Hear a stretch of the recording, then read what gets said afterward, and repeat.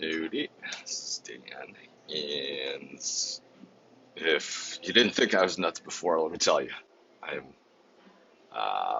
nuts, but hopefully not that kind of nuts.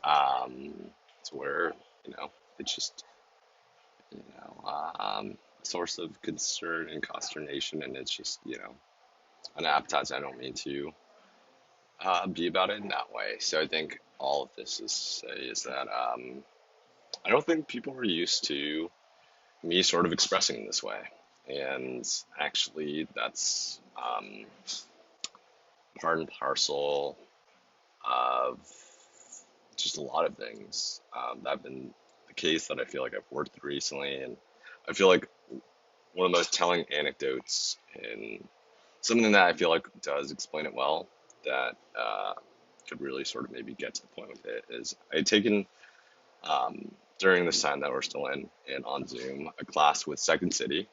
And I remember there's three people who I'd sort of formed a connection with. And essentially, we even hopped on a Zoom after class and one of our performances. And I remember actually one of those people being a really talented voice actor named Zach. Zach Hoffman. And I remember he said something that I still think about, which is, I haven't always been this way.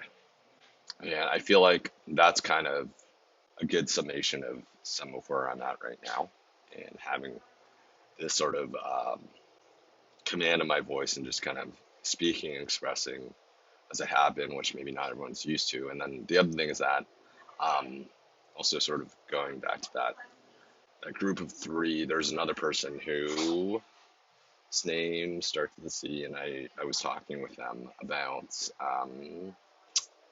studying the craft of acting as part of ongoing training for voiceover voice acting. Well, I was really steadfast and focused upon that.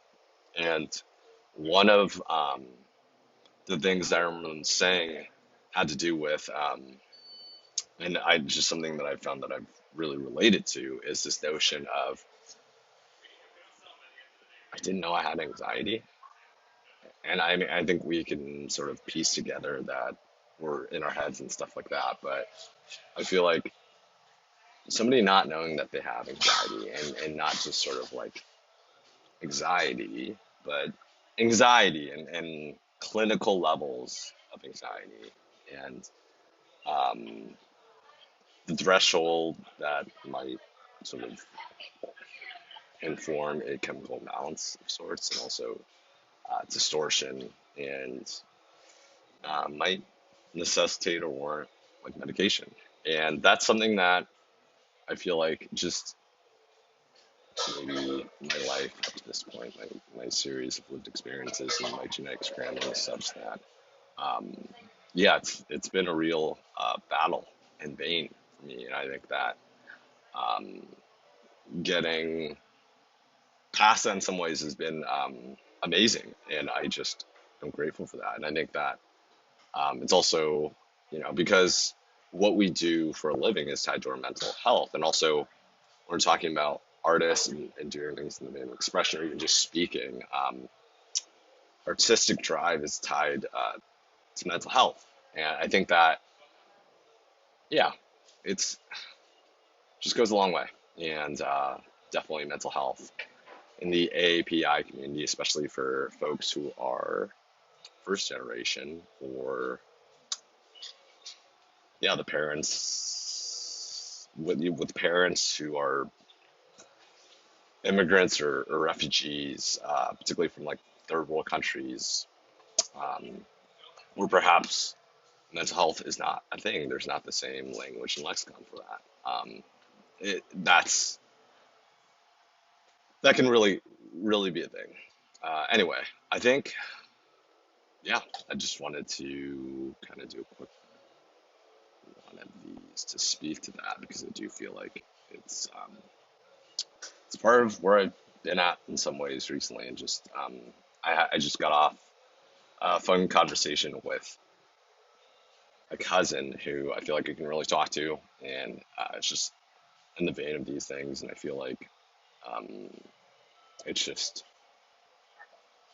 something that I also think I'd be great if more people could talk about because I feel like talking is important, and connections um, really huge and can be vital and is vital actually, and to start with communication and just starting to hash things out and remember that we're more alike than we're different, and getting to understanding and sort of building off that and the spirit of love can be a really beautiful thing. So